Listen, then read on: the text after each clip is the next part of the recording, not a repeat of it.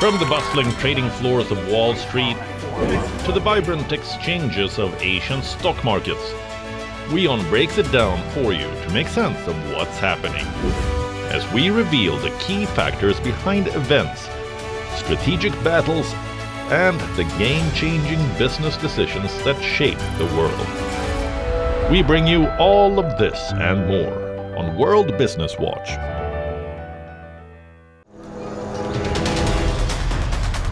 This week on the West Asia Post, Israeli tanks are waiting outside Gaza border. US says it remains opposed to Israel's Rafah invasion. And pressure is mounting on Netanyahu to free the hostages.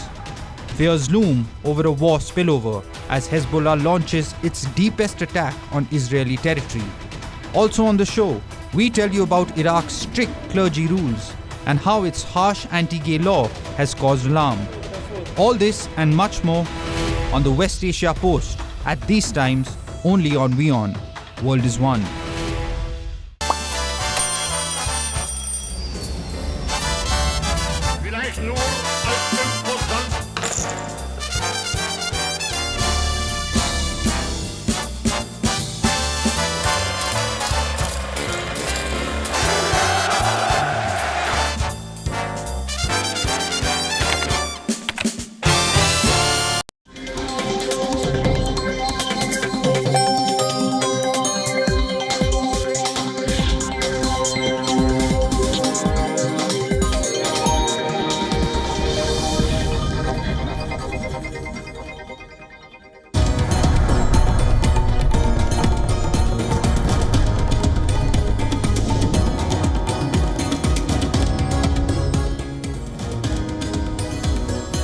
Good morning, Asia, and good evening, America. You are watching Wild DNA, the weekend edition with me, Eric Njoka. On the show today, 3 men have been arrested and charged in Canada for allegedly murdering a prominent Sikh separatist.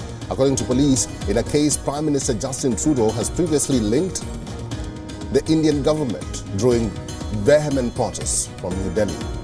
We'll also tell you the latest in business, sports, and entertainment. Let's start with the headlines. Canadian police charge 3 over killing of Sikh separatist Hardeep Singh Nijjar, first arrests in high-profile killing which has created diplomatic rift between Ottawa and New Delhi.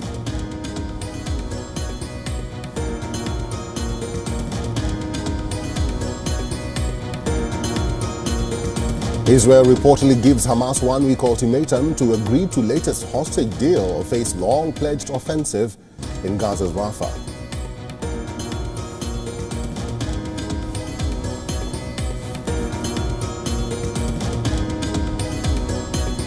In a bizarre move, Yemen's Iran-backed Houthis offer place for students suspended from US universities after staging anti-Israeli protests.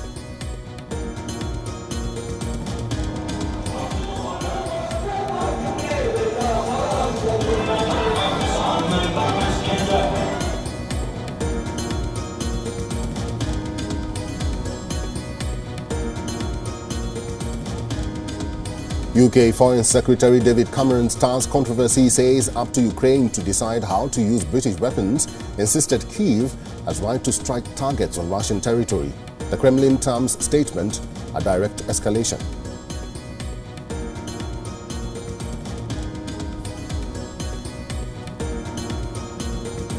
Trump's former communications director says access Hollywood tape was a crisis for his campaign. Thierry Hope Hicks places Trump squarely at center of his campaign media strategy, tells jurors, "We were all just following his lead."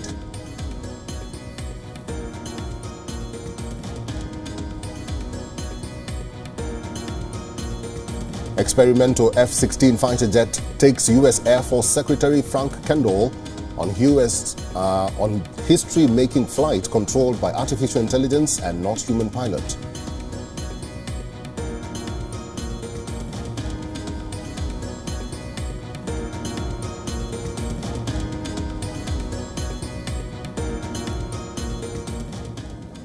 Canadian police have arrested and charged 3 men with the murder of Khalistani separatist Hardeep Singh Nijjar. The 3 accused have been identified as Karanpreet Singh, Kamalpreet Singh and Karan Brar. They have been charged with first-degree murder and conspiracy. They were arrested by police in Alberta's Edmonton, where they reside. The three will be taken to British Columbia for a court date by Monday. The following three individuals were charged for this homicide. 22-year-old Garn Brar, who's an Indian national, who is residing in Edmonton, Alberta. 22-year-old Kamalpreet Singh, who was an Indian national, who was also residing in Edmonton, Alberta. 28-year-old Karnpreet Singh, who is also an Indian national, residing in Edmonton, Alberta. According to the police, all three had been in Canada for between 3 and 5 years. Furthermore, investigators had identified the suspect some months ago and they were under tight surveillance. 45-year-old Khalistani separatist Nijar was shot dead in June last year outside a Sikh temple in Surrey, a Vancouver suburb with a large Sikh population. A few months later, Canadian Prime Minister Justin Trudeau claimed to cite evidence of Indian government involvement, prompting a diplomatic fallout with New Delhi. New Delhi rejected Trudeau's claim as, quote, absurd. India's Ministry of External Affairs has not responded to the arrest of the three suspects yet. Meanwhile, the Royal Canadian Mounted Police said they are investigating the suspects' ties, if any, to the Indian government. Additionally, Canadian police say they worked with U.S. law enforcement agencies on the case and suggested more detentions might be coming. This investigation does not end here. We are aware that others may have played a role in this homicide, and we remain dedicated to finding and arresting each one of these individuals. UK Foreign Secretary David Cameron has said that Ukraine can use British weapons to orchestrate, quote, direct assaults inside Russian territory.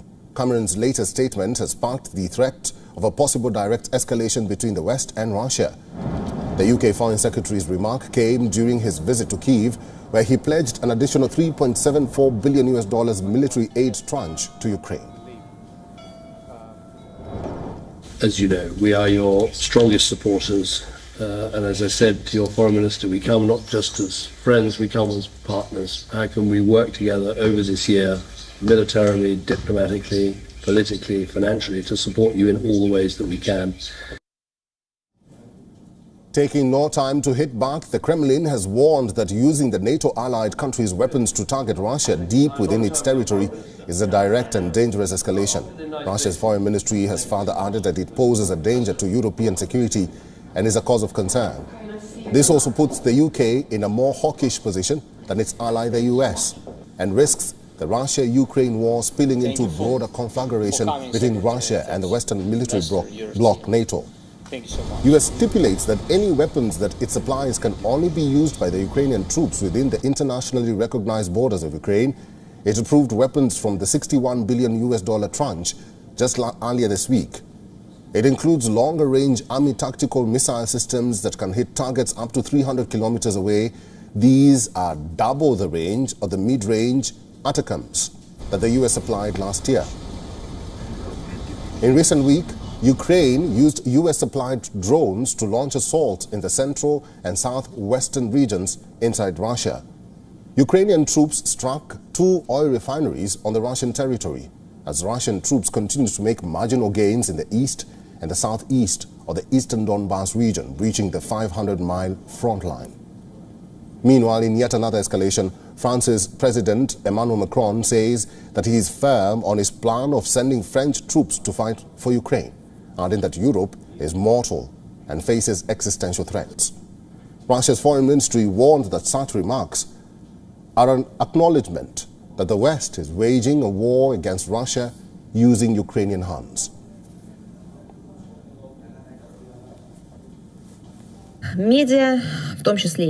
It's the first time that a Western politician admitted something that is already an open secret to all the countries of the world's majority. The West is conducting a flat-out war against Russia with the hands of the Ukrainians. Will there be an end to the ongoing war in Gaza? Well, there has been a recent flurry of activity around the talks with a boost of optimism about progress.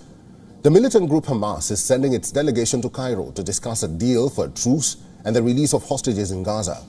Hamas says its delegates are traveling to Cairo in a positive spirit after starting the latest proposal for a truce agreement. The reports come hours after the US CIA Director William Burns arrived in the Egyptian capital.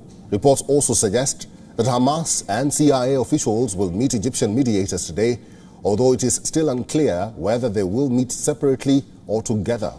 The latest effort to halt almost 7 months of war with Israel and Hamas comes as since the breakout of the war, a major stumbling block to the ceasefire talks has been that Hamas has demanded a lasting ceasefire. While Israeli Prime Minister Benjamin Netanyahu has vowed to crush its remaining fighters in the far southern city of Rafah, which is packed with displaced Palestinians. According to reports, Israel has given Hamas a week to agree to a ceasefire deal, or the invasion of Rafah will begin and continue. On the other hand, a top Hamas official has accused the Israeli Prime Minister of trying to derail the proposed Gaza truce and hostage release deal, with the continuous threats to keep fighting the militants. As negotiations continue to halt the war in Gaza, Israel's long-term ally, the US, will host Jordan's king next week. According to White House Press Secretary, President Joe Biden will host Jordan's King Abdullah II. The meeting is said to be private, which will be followed by a readout. Meanwhile, EU diplomacy chief Josep Borrell says Europe needs a united stance on the ongoing war. He says Europe needs to take action and not just voice their stance on declarations. If we believe that the two-state solution is the only solution, then the international community has to engage much more, taking this not as the starting point, but as the end game point. And we have to tell to the ones who say that they don't want the two-state solution, what do they want? Yes, you don't want it. What is your solution then? India has issued a travel advisory for its nationals in Israel. In light of the recent events in the region, India has urged its nationals to stay calm and adhere to the safety protocols issued by local authorities. Months after the war in West Asia broke out, the hostage situation remains grim, according to reports. An Israeli who was thought to have been abducted by Hamas during the October 7th attacks has been declared dead by officials after his body was found in Israel. While on the forefront, the militant group Hamas has released a footage of them fighting from South Lebanon. Hamas's armed wing says its militants in Lebanon's south launched a slew of rockets at a northern Israeli military position. The latest attack comes as its powerful Lebanese ally Hezbollah has exchanged near-daily fire with Israeli forces across the border. And on the maritime front, Yemen's Houthi rebels have yet again threatened that they will extend their attacks on Israel-bound ships to the Mediterranean. Houthis, who say they are acting in support of Palestinians during the Israel-Hamas war, say the escalation would take effect immediately.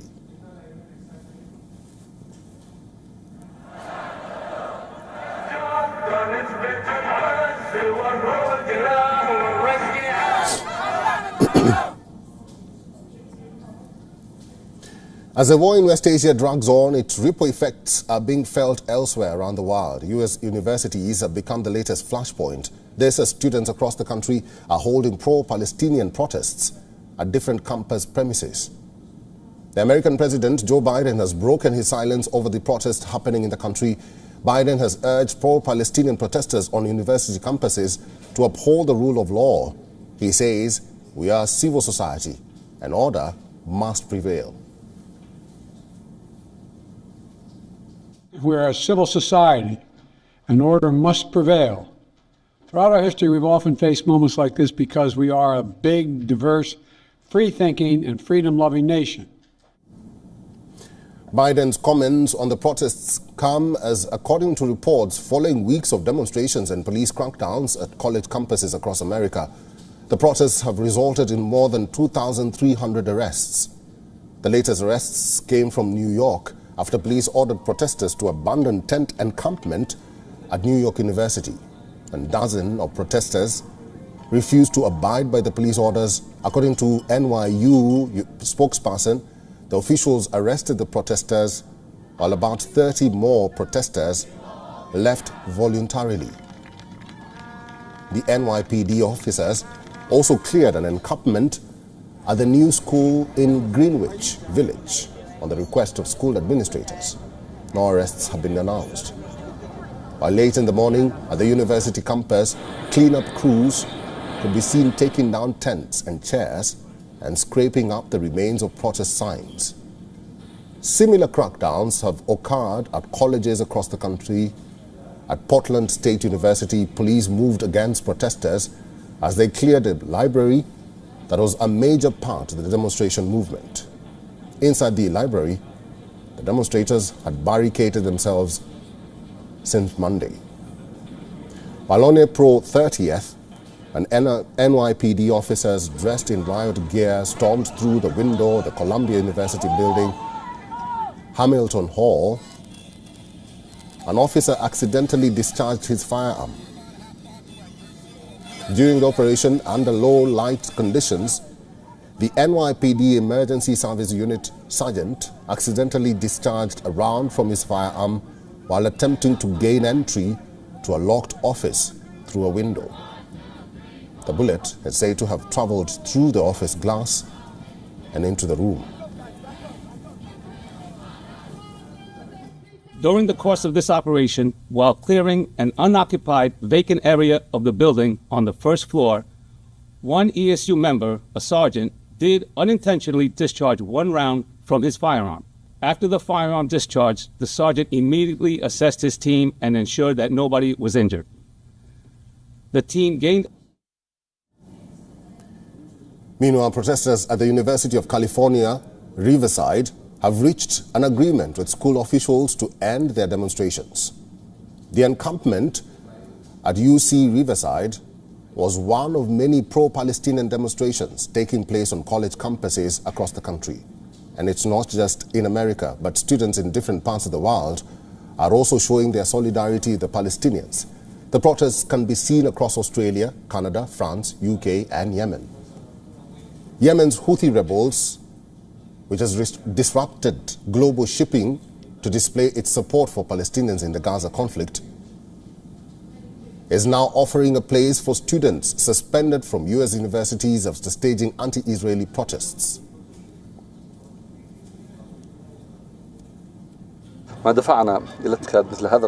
What prompted us to make such a decision? It was to return the favor to these heroes, to these free people who took this strong stance, this courageous stance towards their oppressive regimes and raised their voices loudly.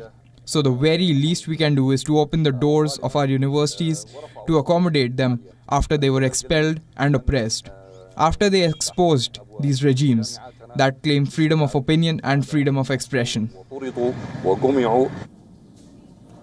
Sana University has also issued a statement applauding the humanitarian position of the students in the US. The university says the protesters in the US can continue their studies in Yemen. Let's move on now.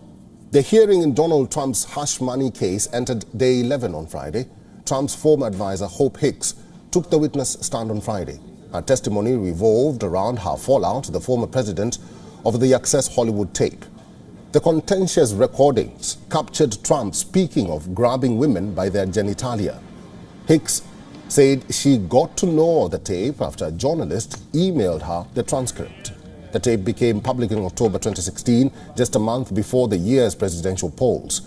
Hicks denied Trump's affair with Daniels and former Playboy model Karen McDougal.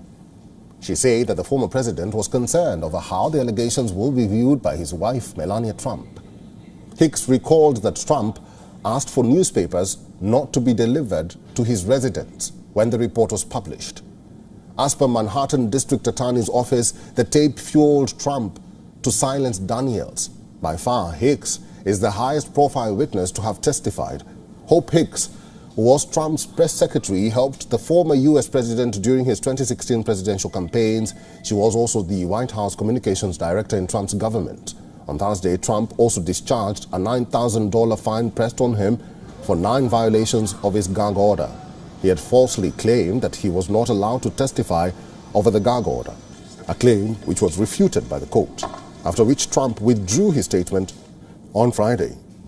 The former U.S. president stands accused of 34 felony counts of falsifying business records during the 2016 presidential run. These include a hush money payment that the former U.S. president made to adult star Stormy Daniels to silence her. Trump is charged with hiding a $130,000 payment to Daniels. While he continues to deny wrongdoings, the case is clipping along.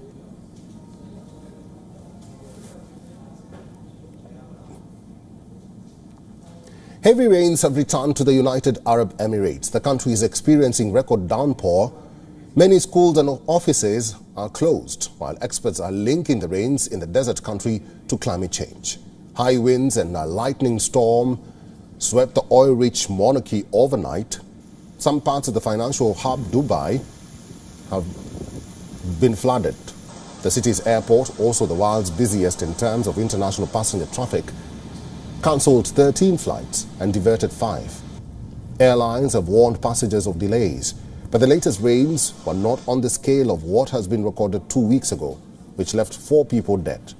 Major highways were blocked for days and over 2,000 flights were cancelled. Amidst heavy rains, trucks pumping water are stationed in the flooded areas.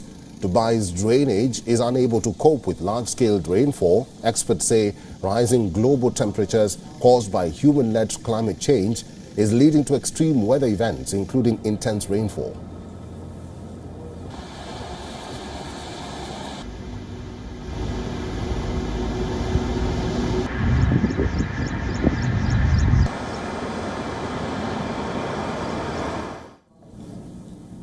The U.S. Federal Reserve's May meeting, which many have called a non-event, turned into a policy directive.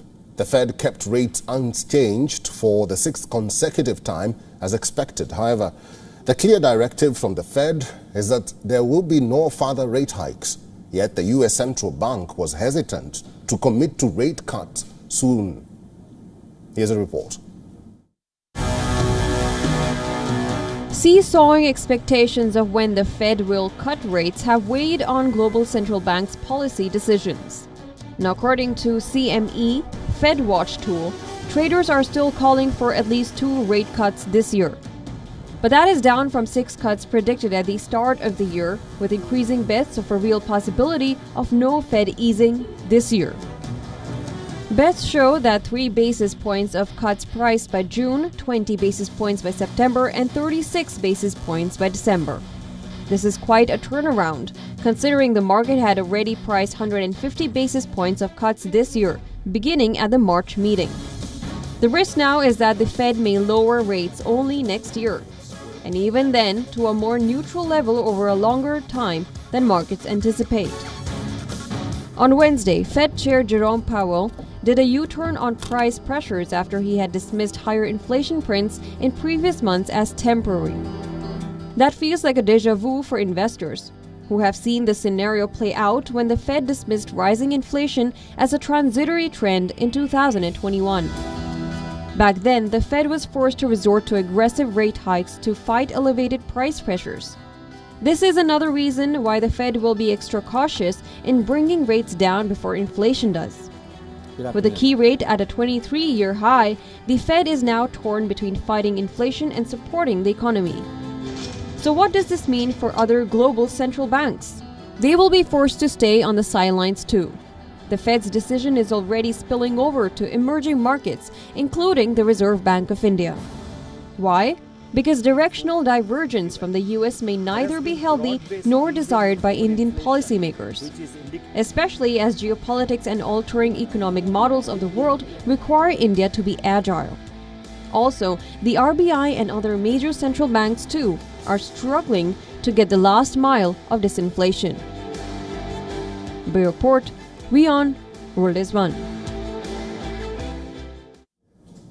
Time now for Wild DNA Sports.